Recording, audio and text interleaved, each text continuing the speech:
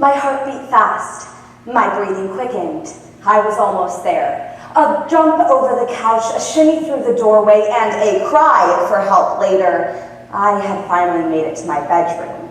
I slid against my door, letting out a sigh of relief, though I knew I was not safe for long, for my grandmother's voice rang through the doorway.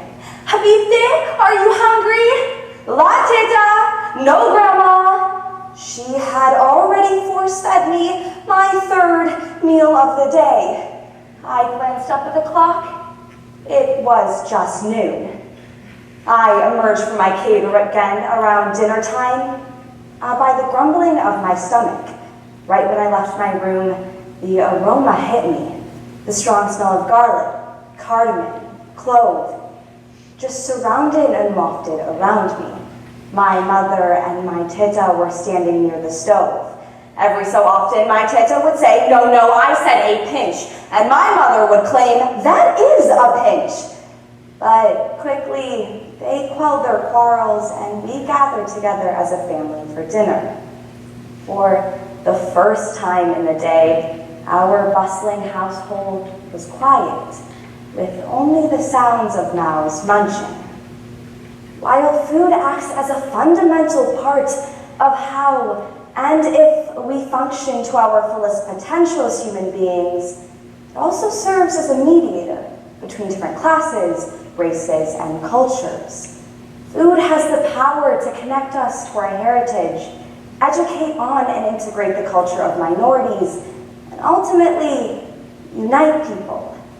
However, in an increasingly fast-paced society that is increasingly dependent on convenient and quick eats, we seem to have lost this appreciation for food.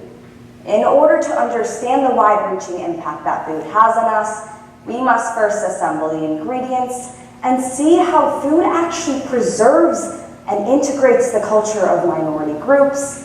And finally, we'll come together around the dinner table to share some recipes on how we can truly revive our genuine love and appreciation for food. Grandma's recipe. We can all think of just one recipe passed through generations that has landed into our laps.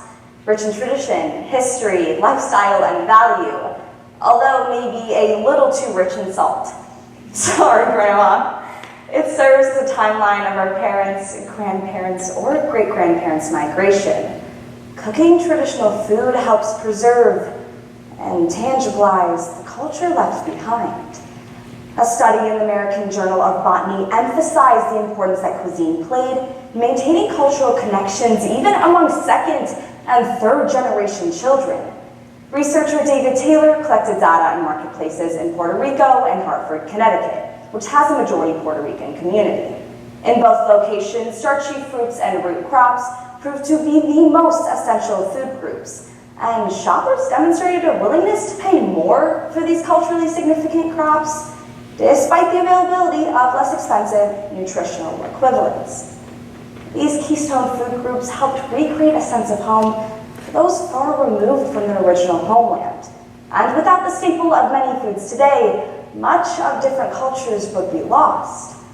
What would Italians be without pasta? What would Arabs be without hummus?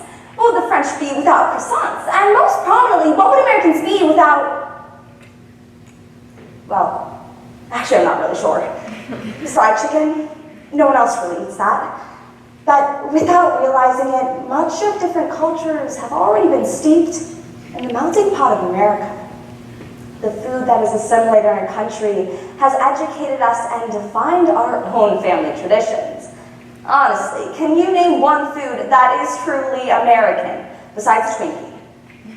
Just thinking back at the Foodie Mart in Markham, a city near Toronto, which is found in a pretty typical North American suburban plaza. However, at a closer examination, passerbys will notice signs in Cantonese, Mandarin, and Chinese. Inside, there are shelves of salted duck eggs, as well as mangosteen and durian. White people try fish balls and drink bubble tea as they listen to Shanghai pop over the speakers. However, this utopian diversity did not exist very long ago. Born in Jamaica and ethnically Chinese, Jennifer Chin is a resident of Markham and moved there in 1991.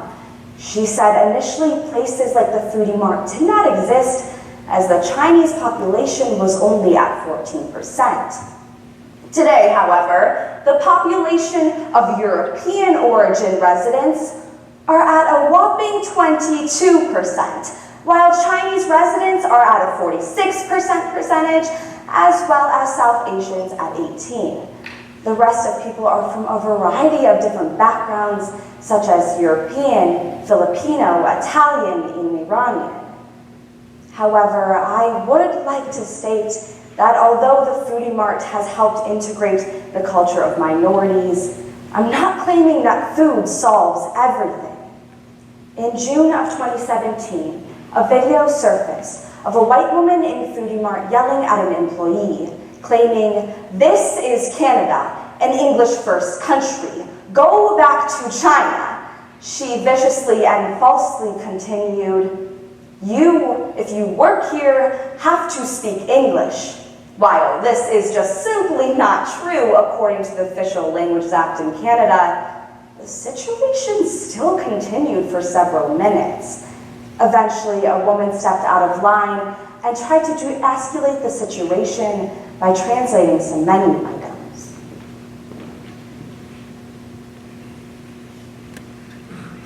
That's okay, because I summarized most of it. I know food personally saved my life, though. It was just freshman year, and I remember right before it, my dad had just lost his job in the Great Recession. It was a new environment and a new place to be over here. In order to provide for my family, we moved to Pennsylvania to open up our Lebanese restaurant. However, the popularity of the restaurant quickly became overshadowed with the lack of employees. This manifested into 40-hour work weeks for me, in addition to academics and extracurriculars. At school, I displayed a cheerful facade, but avoided topic of the restaurant. I did not want to appear more foreign than I already was. A 13-year-old Muslim, Lebanese, American. Though, as more people fell in love with our food, the self-shame towards my personal adversity shed away. Not only did the restaurant provide a sense of familiarity for those who have immigrated, like my parents, it linked me to my Lebanese roots, which I take pride in. Most importantly, though, food has allowed me to bond with my family. The grueling process of making hummus or falafel perfectly allows me to spend quality time with my parents, while they teach me about work ethic and perseverance. For this, I am forever grateful for the integral role food has played in my life. So finally, let's think of a few recipes on how to revive our genuine love and appreciation for food.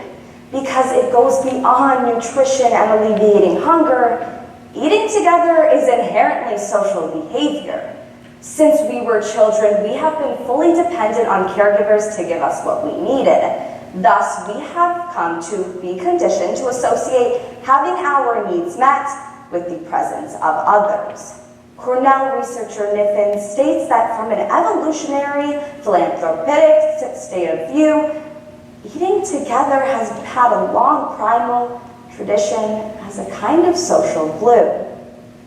Now, I'm not saying you have to bake a feast for all your friends, but if you have a next-door neighbor that's new, maybe don't go out to the grocery store and buy some cookies and claim they're yours. Try baking your favorite traditional dessert. Let them know a little about you. If you have a best friend that's sick, don't get a get-well-soon card. Try making their favorite soup. Food is directly linked with intimacy, love, and friendship.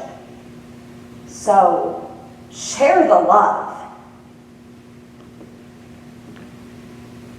So, my grandma no longer has to force feed me to eat. I do that all by myself now. though she is still very much the reason why I enjoy the foods that I do. However, in a society that is becoming increasingly fast-paced, has a 5-minute work break, or we're so sucked into the TV, I implore you to actually taste what is in front of you, digesting the culture, tradition, and history that hits your taste buds. And that's some food for thought. Thank you.